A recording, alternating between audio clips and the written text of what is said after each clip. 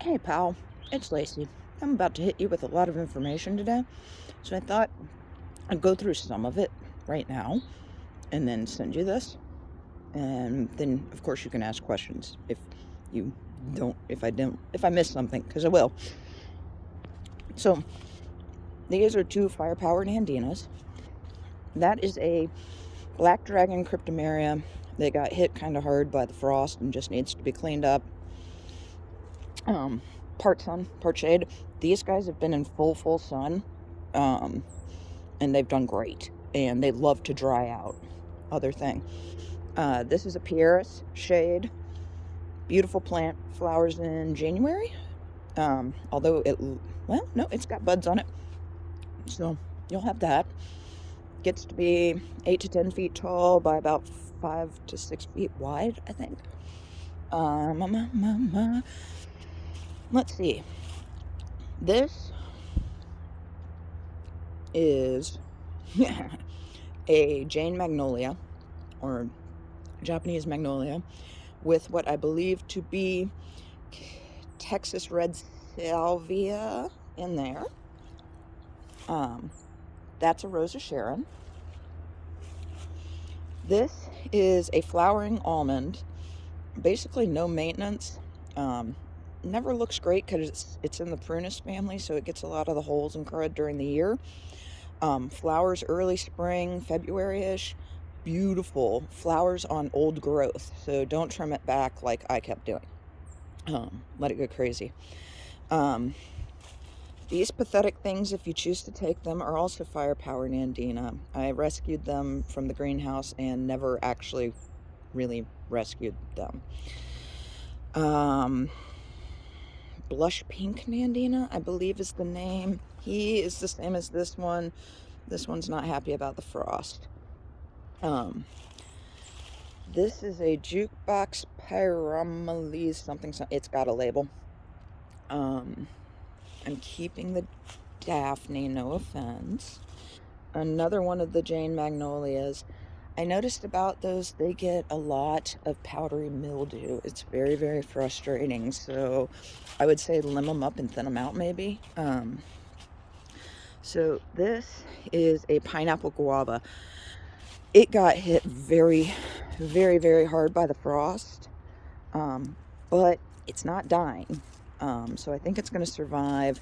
It has a very, very cool flower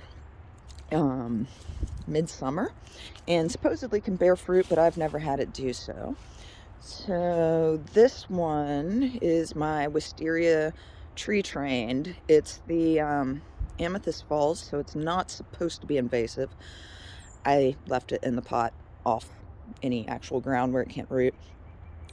This is a Scott Wallace Creeping Yew Cephalotaxis Heritonia, because that's a fun word. Sun or shade. This one has been getting morning sun with a little bit of afternoon shade and has done better than the ones I had in full sun. This is a jasmine I bought. It's not supposed to survive. It has survived. I know nothing much about it. It's never flowered for me since we bought it. Ed liked it. I've kept it. Let's see. What is this guy?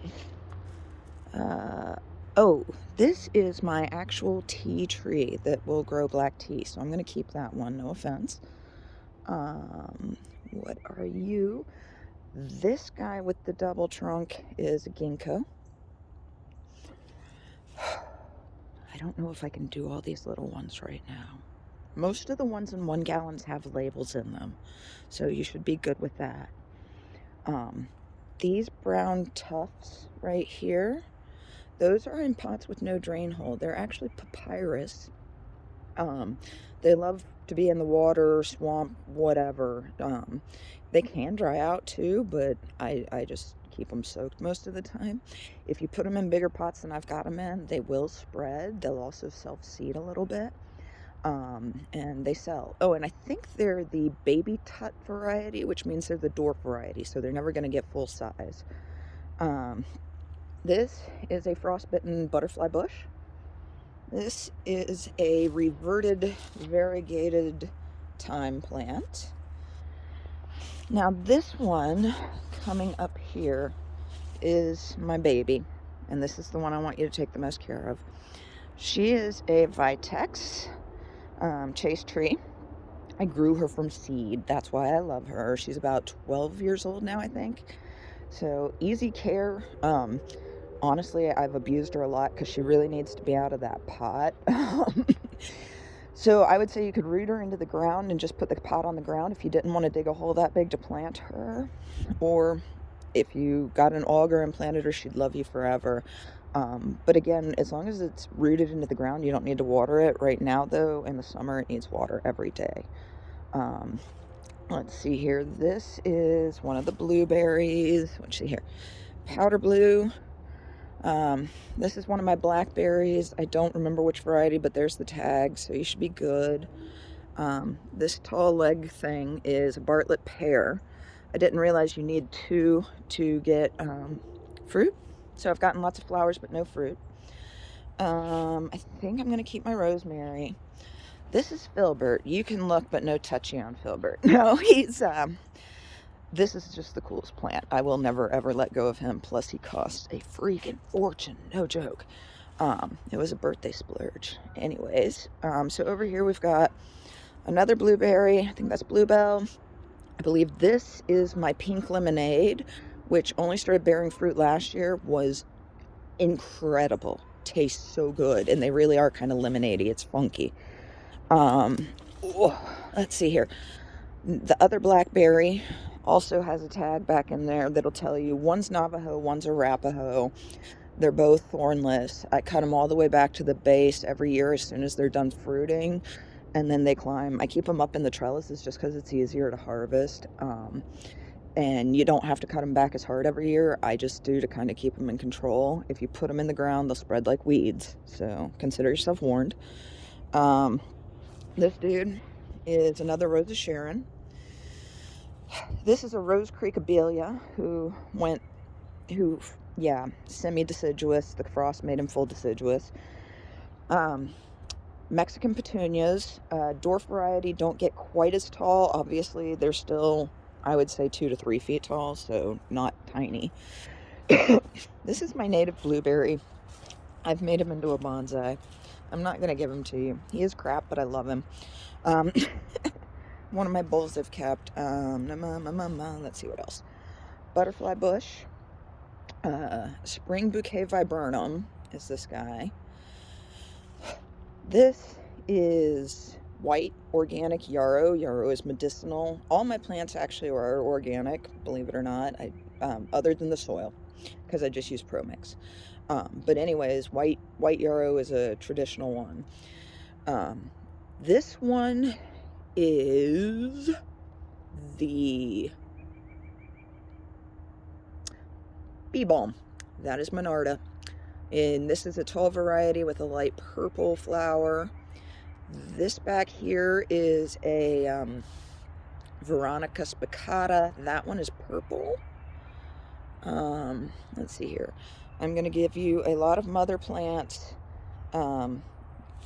These iris ones with the heads are walking irises, I believe, or spreading irises. So you can multiply them like crazy. I left the heads on them so you can differentiate between that one and these little dudes. These are blackberry irises, which are actually in the, donkeys. I can't remember their family right now. They're not actually irises, though.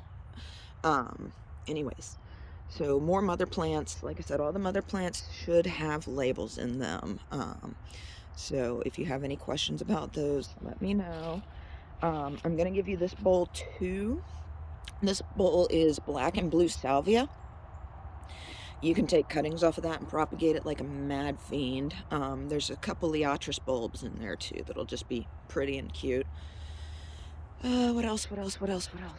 I think that's it. I'm keeping my Fothergia for now anyways. Oh, you know what? I did miss one. I'm going to run across. Whee! What are you? Oh, I missed two. This is my August Beauty gardenia. she's been in full sun, can do shade, just needs some love. I think I'm going to keep my little rosemary here. Oi, excuse me. And where did I see? Oh, last but not least is Baptisia. It dies all the way back to the crown. I've never tried to divide it, but I was seriously debating doing it this year. What I'm thinking is I would just cut across here and across here and put it in quarters just to see how it did. But that's up to you now. So, okay.